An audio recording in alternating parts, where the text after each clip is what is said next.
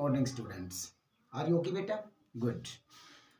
आप ऑनेस्टली काम कर रहे हो अपना, लेकिन नाइन्थ क्लास के स्टूडेंट से मैं कहना चाहूँगा कि बेटा जितना आपका 2 दिन पहले परफॉर्मेंस था ना, उतना अब 2 दिन तक आप वीडियोस को नहीं देख रहे हो। क्लियर? तो मैं आपको दोबारा बता रहा हूँ, that's are the very important part for your English literature and writing skill related to basics. It means जो बेसिक आपका जितना ज़्यादा क्लियर होगा, उतना ही आप ये समझो लैंग्वेज में उतना ही आप ज़्यादा स्ट्रॉन्ग होते जाओगे। क्लियर? ये मतलब सभी सब्जेक्ट्स की बात करूँ तो मैं बेसिक्स जो है वो सभी के लिए इम्पोर्टेंट है। ठीक है ना? तो देखो, हमने लास्ट वीडियो में हमने फॉर्मेशंस करवाई और बड़ी अच्छी अच्छी बातें बताई, जो जिन बातों से आप बिल्कुल अननोन थे। फॉर्मेशन करवाई, सबसे पहले मैंने प्रेजेंट का करवाया, उसके बाद में पास्ट का, लास्ट वीडियो में पास्ट का दिया था। ठीक है ना? आज का जो लास्ट वीडियो होगा वो हमारा फ्यूचर टेंस का होगा बेटा। क्लियर? और जो नेक्स्ट कल का जो वीडियो होगा, फिर हम अपने पॉइंट पे आएंगे। अपना जो नरेशन का जो मैंने टॉपिक दिया था उसके ऊपर हम कल चर्चा करेंगे। क्लियर? आज का जो वीडियो होगा वो फ्यूचर टेंस की फॉर्मेशंस के बारे में। और मैं एक बात आपको बहुत अच्छी बताऊंगा इस वीडियो में। जैसे कल के वीडियो में लास्ट पार्ट में हमने बताया था कि भाई किस प्रकार से सेंटेंस को आइडेंटिफाई करेंगे, मतलब how to identify a sentence easily, so easily, कितना आसानी से हम सेंटेंस को बेटा देखते ही आइडेंटिफाई करेंगे। वो मैंने बताया आपको। डिड प्लस की फर्स्ट फॉर्म कैसे लगाते हैं हम, वो मैंने आपको बताया। ठीक है ना? तो इसी प्रकार से आपने हर वीडियो को देखना है। क्लास 9th के स्टूडेंट से दोबारा मैं बोल रहा हूँ, जितना तुम्हारा स्टार्टिंग में जितना बेस्ट रिजल्ट आ रहा था ना, उतना लास्ट 2 डेज में बेटा मैं ये कहूँ तो आप वीडियो को इग्नोर कर रहे हो, होमवर्क को इग्नोर कर रहे हो। क्लियर? तो बेटा ऐसा आपने आगे नहीं करना। ठीक है? तो देखो, आज की वीडियो में हम आपको बताएंगे बेटा फ्यूचर टेंस।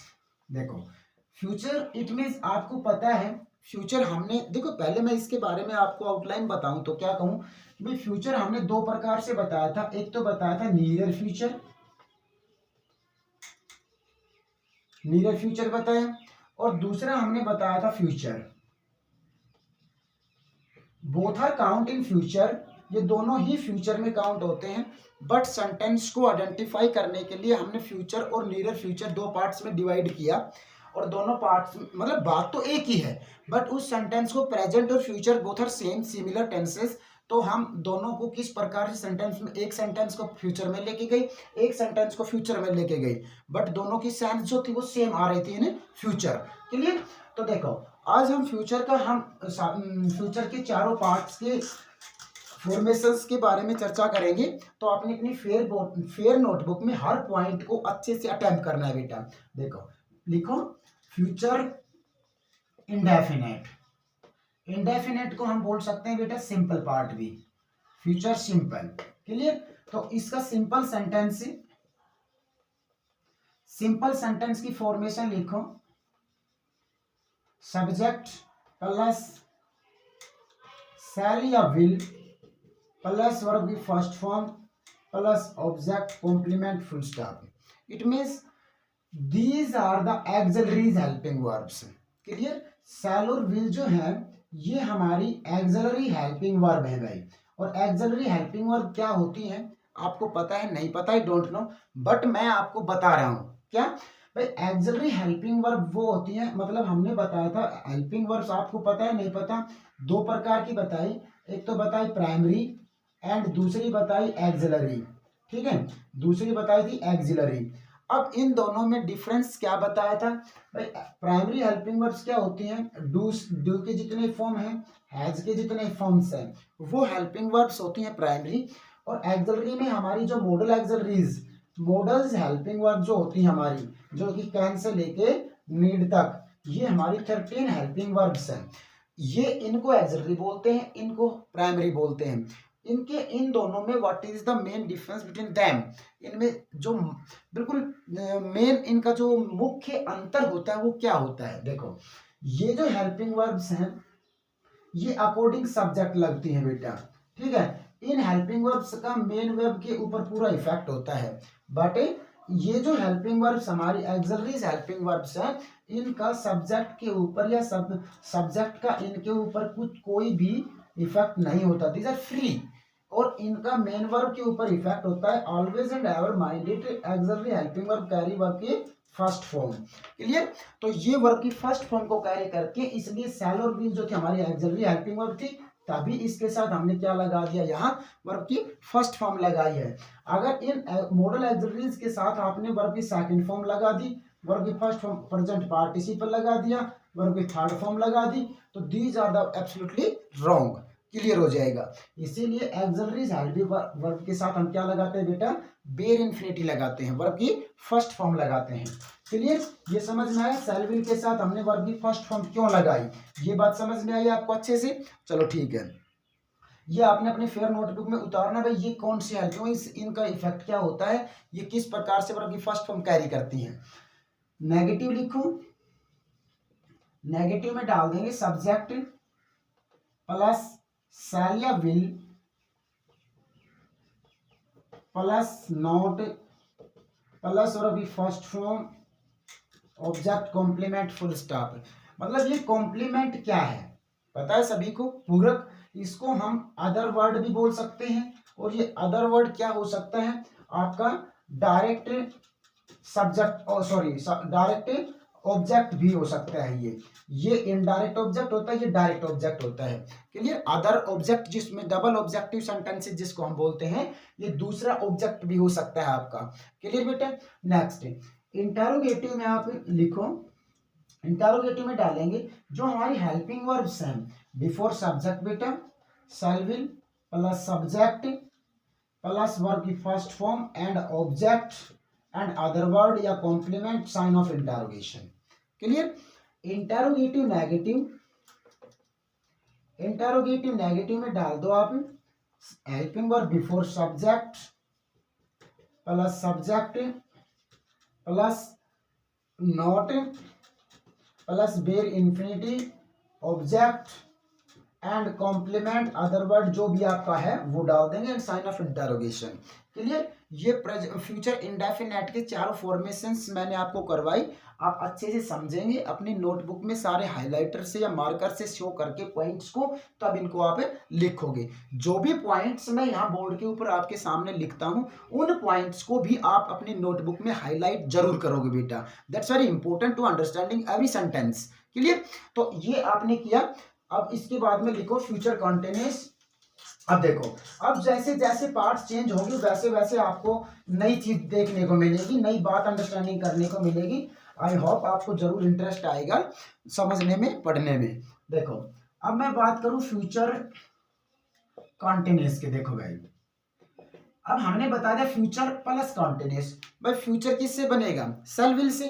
फ्यूचर तो बनता है हमारा किससे, शैल और विल से। ठीक है? और कॉन्टिन्यूअस किससे बनेगा, वर्ब की फर्स्ट फॉर्म प्लस आईएनजी से बनेगा। तो हमने बताया शैल और विल जो एक्सिलरीज हेल्पिंग वर्ब्स है, always and ever carry bare infinity verb की फर्स्ट फॉर्म। ये तो हमेशा और हमेशा वर्ब की फर्स्ट फॉर्म कैरी करती है। अगर ये लगा दिया तो गलत हो जाएगा। अब इसके साथ ये कैसे आएगा, प्रेजेंट पार्टिसिपल आप किस प्रकार से, in which way we use present participle with auxiliaries helping verbs. चलिए, तो देखो हर पार्ट में, हर नेक्स्ट स्टेप पे आपको एक अलग बात, बड़ा इंटरेस्टिंग बात सुनने को मिलेगी, देखने को मिलेगी।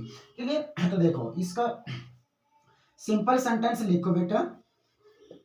सिंपल सेंटेंस में डालेंगे सब्जेक्ट प्लस हेल्पिंग वर्ब हमारी शैल विल प्लस, अब यहां बी डाल दिया हमने और प्रेजेंट पार्टिसिपल डाल दिया एंड आफ्टर दिस हमारा object and complement full stop. देखो ये तो थी हमारी एक्सिलरी हेल्पिंग वर्ब के लिए, जैसा हम ऑलरेडी बताया हमने कि भाई ये auxiliary helping verb always carry these helping verbs bare infinity. Be क्या है, बी आपकी एडिशनल हेल्पिंग वर्ब है भाई। एडिशनल वर्ब को एज ए हेल्पिंग वर्ब ले लिया तो बी की फर्स्ट फॉर्म क्या होगी, बी। तो शैल विल के साथ वर्ब की फर्स्ट फॉर्म हमने लगा दी। जो मेन वर्ब थी, पार्ट बना रहा था, वो क्या था, कॉन्टिन्यूअस। प्रेजेंट पार्टिसिपल हमने यहां लगा दिया बी के बाद में। ठीक है ना? तो ये एडिशनल है, ये मेन वर्ब है। क्लियर बेटा। तो हमने यहाँ ये लगाने के लिए बी का यूज कर दिया इधर, और इसके बाद में object complement full stop. Clear. देखो नेक्स्ट नेगेटिव में डाल दिया सब्जेक्ट शैल विल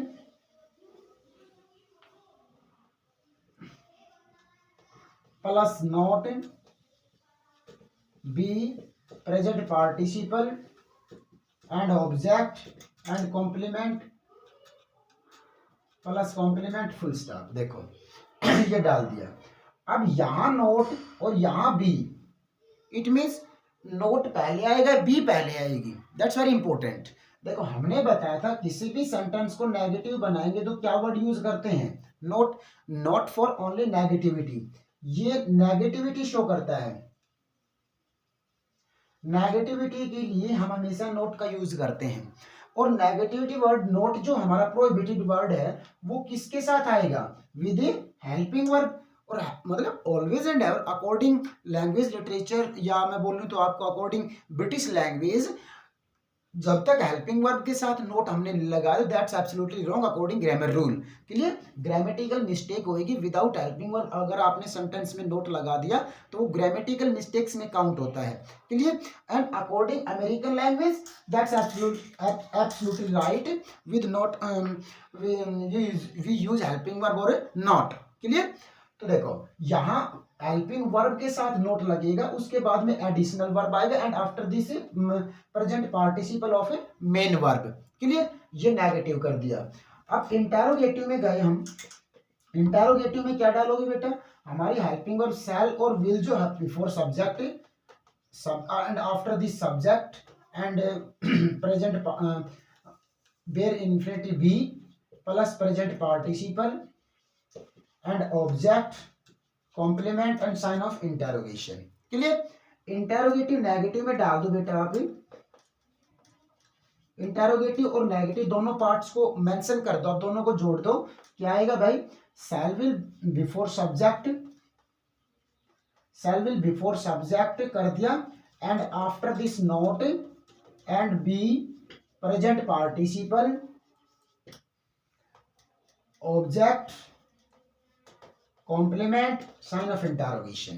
क्लियर। ये डाल दिया, शैल विल बिफोर सब्जेक्ट डाल दिया एंड आफ्टर नोट, क्योंकि नेगेटिव बनाना है हमने, interrogative negative. Clear. And after this additional verb bare infinity form be and present participle of main verb. समझ में आया। तो इस प्रकार से आपने ये फ्यूचर कॉन्टिन्यूस का पार्ट पूरा फेयर नोटबुक में लिखना है। क्लियर। नेक्स्ट पार्ट देखो बेटा क्या आएगा, फ्यूचर परफेक्ट। अब देखो कॉन्टिन्यूस आपको समझाया भाई बी के साथ किस प्रकार से हमने प्रेजेंट पार्टिसिपल को यूज किया। अब शैल विल के साथ किस प्रकार से हम पास्ट पार्टिसिपल यूज करेंगे। और पास्ट पार्टिसिपल मींस क्या होता है बेटा, वर्ब की थर्ड फॉर्म का क्या नाम दिया था हमने, पास्ट पार्टिसिपल दिया था। अब डाल दो आप, देखो फ्यूचर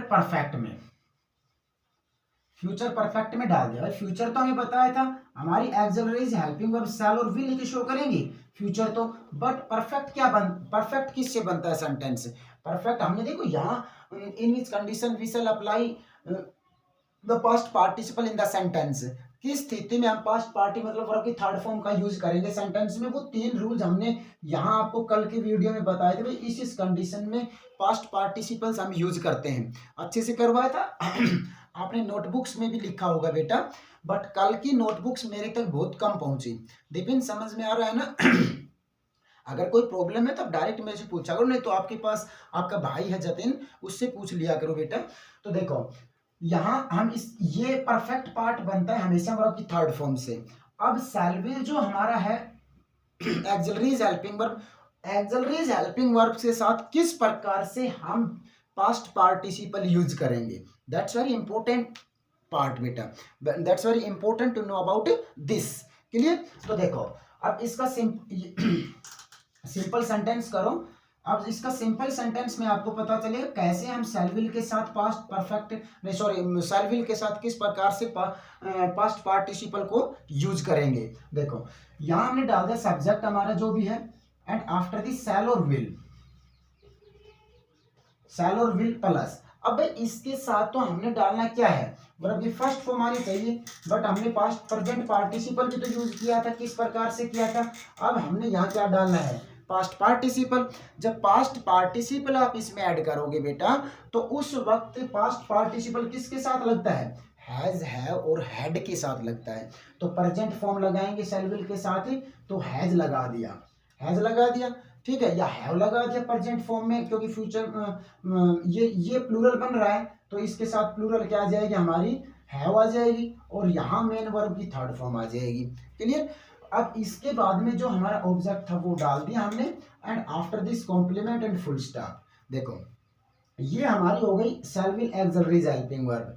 एंड आफ्टर दिस देखो हमने बताया था, एक हैज बताई थी वर्ब हमारी, हैज की हैज की सेकंड फॉर्म क्या बनेगा, had, and third is also had, and having and has. Clear.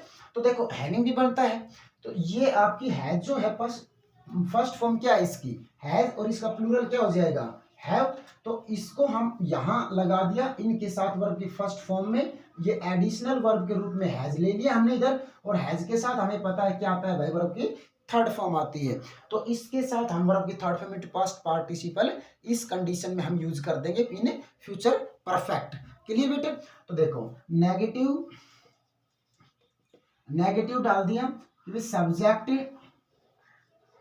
Has, have, नहीं सॉरी, सब्जेक्ट के बाद में आपने शैल विल हेल्पिंग वर्ब लगा दिया, एंड आफ्टर दिस, अब हेल्पिंग वर्ब हमारी ये है या ये है, कोई बच्चा विपिन समझ ना रहा है ना, तो हेल्पिंग वर्ब बेटे ये है, तो इसके साथ नोट लगाएंगे, यहाँ हैज लगा दिया, एंड वर्ब की third form, and object, and complement, full stop, ये नेगेटिव की हो गई। क्लियर। अब इंटेरोगेटिव में आप क्या करोगे, हमारी हेल्पिंग वर्ब तो ये है, इसको बिफोर सब्जेक्ट यूज कर देंगे इधर, तो शैल विल बिफोर सब्जेक्ट यूज कर दिया, shall will plus subject, and after this note तो था नहीं, तो क्या लगा दिया, हैज या हैव जो भी आपके पास है, प्लस वर्ब की third form, and object, and complement, and sign of interrogation. ये आपका इंटेरोगेटिव और फ्यूचर परफेक्ट फॉर्मेशन हो गया, स्टेटमेंट हो गया। अब इंटेरोगेटिव नेगेटिव, इंटेरोगेटिव नेगेटिव में बिल्कुल ये और ये नेगेटिव और इंटेरोगेटिव दोनों को हम क्या कर देंगे, जोड़ देंगे। मैं एक साथ लिखेंगे तो क्या हो जाएगा बेटा, shall will plus subject, and after subject not, have past participle plus object, and complement, and sign of interrogation. ये आपका इंटेरोगेटिव नेगेटिव और फ्यूचर परफेक्ट हो गया। क्लियर। समझ में आया बेटा आपको, आई होप अच्छे से समझ में आया होगा। तो देखो एक लास्ट पार्ट और इसका बचा परफेक्ट कॉन्टिन्यूस, और उसके बाद में हम शैल विल का किन किन सब्जेक्ट के साथ शैल विल का यूज करेंगे, दैट्स वेरी इंपॉर्टेंट पार्ट, ठीक है ना। तो शैल कौन से सब्जेक्ट के साथ फ्यूचर शो करेगा, और विल कौन से सब्जेक्ट के साथ फ्यूचर करेगा। तो यूजेज ऑफ टेंसेज में हमने ये बताया था, बट अब फिर एक बार बता के हम इस मैटर को, इस टॉपिक को क्लोज करेंगे, और फ्रॉम टुमारो मतलब our main topic narration will be started. Clear. तो यहाँ फ्यूचर परफेक्ट कॉन्टिन्यूस, देखो भाई फ्यूचर परफेक्ट कॉन्टिन्यूस, ये पार्ट और ये पार्ट दोनों हम कर चुके हैं। क्लियर। ये हमारा टेंस है। सेपरेट सेपरेट थिंग्स अगर मैं सेपरेट करूं, फैक्टर्स को सेपरेट करूं, तो ये तो हो गया हेल्पिंग वर्ब हमारा, शैल विल इसको शो करेगा भाई। परफेक्ट किसको शो करेगा, वर्ब की थर्ड फॉर्म को, और कॉन्टिन्यूस क्या शो करेगा, वर्ब की फर्स्ट फॉर्म प्लस आईएनजी। देखो सारे फैक्टर्स मैंने सेपरेट सेपरेट कर दिए, एंड आफ्टर दिस भाई इसके साथ हम ये कैसे यूज करेंगे, और इसके साथ ये कैसे यूज करेंगे, दैट्स वेरी इंपॉर्टेंट पार्ट बेटा, that's very important thing to know about this. Clear. तो देखो सिंपल सेंटेंस अगर मैं लिखूं इसका, तो उसमें देखो कैसे क्या करेंगे हम, सबसे पहले हमारा सब्जेक्ट आ गया, एंड आफ्टर सब्जेक्ट हमारी हेल्पिंग वर्ब क्या होती है, शैल और बेटा विल, हो गया। अब परफेक्ट बनाना है आपने, और परफेक्ट किससे बनेगा, वर्ब की थर्ड फॉर्म, और एडिशनल वर्ब क्या बताई थी हमने, बी, और बी की थर्ड फॉर्म क्या होगी, बीन। इसके साथ वर्ब की थर्ड फॉर्म नहीं लगा सकते हम, तो इसके साथ हम क्या लगा देंगे, हैज लगा देंगे या हैव लगा देंगे, हैव लगा दिया, एंड बीन। देखो फ्यूचर परफेक्ट एंड कंटिन्यूस में क्या आ गया, मेन वर्ब की first form plus ING and object complement full stop. ठीक है, ये आ जाएगा आपका फ्यूचर परफेक्ट कंटिन्यूस में। क्लियर बेटा। नेगेटिव अगर आपने डालना है, नेगेटिव डाल देंगे हम। नेगेटिव में क्या करेंगे कि भाई हमारे हेल्पिंग वर्ब तो ये है, इसके साथ ही तो नोट जोड़ेंगे, ना कि हैज हैव नॉट बीन लगाएंगे। ठीक है ना, तो हम यहाँ शैल नॉट हैव लगाएंगे, ना कि ये गलत हो जाएगा, ये हमारा करेक्ट है। क्लियर। तो हमने क्या डाल दिया, subject plus shall will plus not has have been present participle object and complement and full stop. Negative था तो फुल स्टॉप लगा दिया बेटा। तो देखो यहाँ शैल विल था, यहाँ नोट लगा दिया, यहाँ ये एंड आफ्टर परफेक्ट बना दिया। क्लियर, समझ में आ रहा है ना, अच्छे से समझ में आ रहा है। ठीक है, इंटरोगेटिव में करेंगे हम, शैल विल जो है वो बिफोर सब्जेक्ट लगा देंगे, नोट को यहां से क्या कर देंगे, लैप्स कर देंगे, हटा देंगे। तो देखो क्या गया, shall will plus subject has have plus been present participle of main verb object complement sign of interrogation. Clear, ये आपका इंटरोगेटिव आ गया। अब इंटरोगेटिव नेगेटिव में इन दोनों को जोड़ देंगे बेटे। इंटरोगेटिव नेगेटिव में देखो, तो यहां शैल विल हेल्पिंग वर्ब लगा दिया plus subject plus not plus has या हैव प्लस वर्ब जो बी था उसका बीन लगा दिया, एंड प्लस वर्ब की फर्स्ट फॉर्म प्लस आईएनजी लगा दिया, object complement sign of interrogation. देखो ये था interrogative negative of future perfect tense. Clear. तो देखो ये सारी बातें आपको अच्छे से अपने फेयर नोटबुक में अटैम्प्ट करनी है बेटा। सारे हेडिंग्स को मार्कर से या हाईलाइट से पॉइंट आउट करना है, शो करना है। ठीक है ना। अब इसके बाद में दो नोट और लिखवा रहा हूं मैं, और उसके साथ हमारा जो फॉर्मेशंस का टॉपिक था वो सब टेंसेस के सेंटेंस का कंप्लीट हो जाएगा। And after this imperative sentence जो है वो करवा रहा हूं मैं, इंपेरेटिव और करवाऊंगा आपको। बस देखो भाई, एक हेल्पिंग वर्ब बताई हमने शैल, और एक बताई बेटा क्या, विल। दो हेल्पिंग वर्ब्स हमने यहाँ दी है। अब किस सब्जेक्ट के साथ कौन सी हेल्पिंग वर्ब फ्यूचर शो करेगी, कौन से सब्जेक्ट के साथ क्या फ्यूचर शो करेगा। देखो फर्स्ट पर्सन आई एंड इसका प्लूरल क्या हो गया, वी। फर्स्ट पर्सन आई और प्लूरल वी के साथ करेगा सेल्फ फ्यूचर शो करेगा। एंड मान लो थर्ड पर्सन ही और she, you second person also singular and plural, and third person plural they. Third person plural they, मतलब आई और वी के साथ केवल और केवल सेल्फ फ्यूचर शो करता है। ठीक है। और जितने भी बचे हुए जितने भी सब्जेक्टिव हमारे केस बचे सिंगुलर या प्लूरल, उन सब के साथ क्या करेगा बेटा, विल फ्यूचर शो करेगा। अगर आपने इनके साथ ये यूज कर दिया और इनके साथ शैल यूज कर दिया तो फ्यूचर की बजाय आपका उल्टा सिस्टम हो जाएगा। इट मीन जब हम मॉडल्स करेंगे, हमारा एक मॉडल्स टॉपिक आएगा, उसमें जब करेंगे तो उस वक्त आपको ये पता चलेगा कि भाई आई और वी के साथ विल क्या शो करता है, और थर्ड पर्सन सिंगुलर और प्लूरल के साथ सेल क्या फ्यूचर शो करेगा। इस टॉपिक में आपको इन सब बातों का पता चलेगा। अगर मान लो आई के साथ विल लगा दिया, आई विल कर दिया मैंने, एक मिनट सपोज करो, आई के साथ विल कर दिया एंड ही के साथ सेल कर दिया, तो देखो यहाँ ये दोनों बातें हैं तो फ्यूचर की, बट सब्जेक्ट के साथ इनका मीनिंग चेंज हो जाएगा। ना तो ये फ्यूचर बना और ना ये फ्यूचर बना। ठीक है ना, कोई सा भी सेंटेंस फ्यूचर में नहीं जाएगा, बट इनका अलग अलग मीनिंग हो गया। एक तो होता है इंटेंशन, एक होता है इंटेंशन, और एक होता है थ्रीट। एक होता है थ्रीट, समझ रहे हो, कमांड, थ्रीट धमकी। और इंटेंशन क्या होता है, इंटेंशन बोलूं तो मैं determination,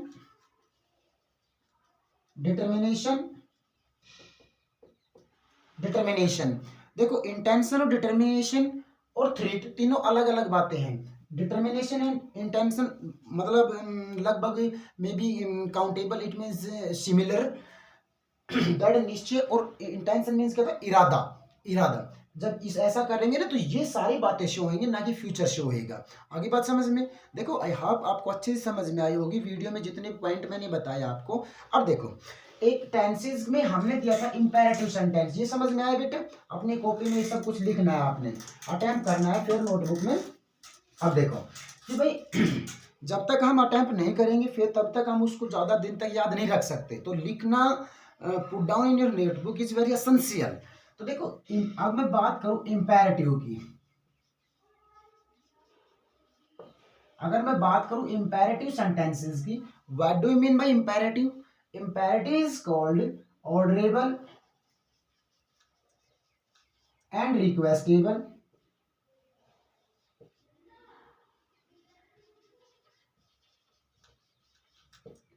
रिक्वेस्टेबल and orderable, it means इनको हम इंपेरेटिव सेंटेंस बोलते हैं। अब what is the formation, what is the structure of imperative sentence? देखो इंपेरेटिव सेंटेंस का स्ट्रक्चर या फॉर्मेशन होएगा मेन वर्ब की फर्स्ट फॉर्म प्लस ऑब्जेक्ट। हो सकता है कि मेन वर्ब की फर्स्ट फॉर्म भी आए, मेन वर्ब की फर्स्ट फॉर्म प्लस कॉम्प्लीमेंट के लिए, ये सारे इट मीन्स इस according this formation will be any sentence will be will be an imperative sentence। Clear? देखो अगर इस मतलब जो विदाउट सब्जेक्ट और डायरेक्ट मेन वर्ब से शुरू हो, उस वो भी उसकी फर्स्ट फॉर्म से, वो सेंटेंस इंपेरेटिव में काउंट होता है। क्लियर? आपको जब ग्रामर हमने एक ग्रामर बुक बताई आपको, अप्लाइड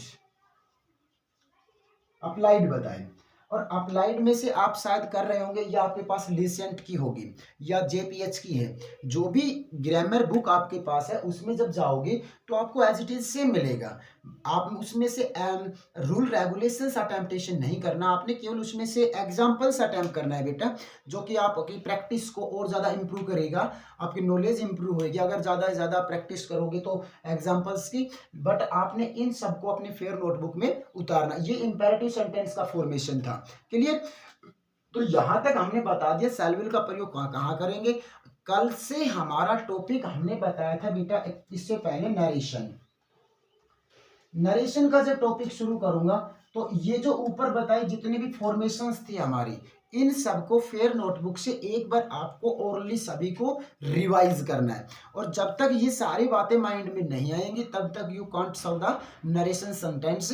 नरेशन के सेंटेंस को आप सोल्व करने में थोड़ा सा डिफिकल्टी फेस करोगे। और ये बात समझ में क्या बोल रहा हूँ मैं? तो इसलिए इन सबको फेयर नोटबुक में उतार के अपने अच्छे से एक बार कल सुबह तक आप रिवाइज करोगे टॉपिक शुरू करने से पहले। और ये यहाँ तक आपने इंपेरेटिव सेंटेंस तक फिर नोटबुक में काम करके फिर अच्छे से हाईलाइट से शो करके, यहाँ पेरेंट सिग्नेचर होने चाहिए आपके, यहाँ parent signature with date, signature के साथ यहाँ डेट डलवा के अपनी फोटो की पिक्चर बना के, अपनी नोटबुक की पिक्चर बना के मेरे व्हाट्सएप नंबर पे शाम तक या कल सुबह तक सभी 9th के स्टूडेंट सेंड करेंगे। Clear? Thanks, have a good day बेटा।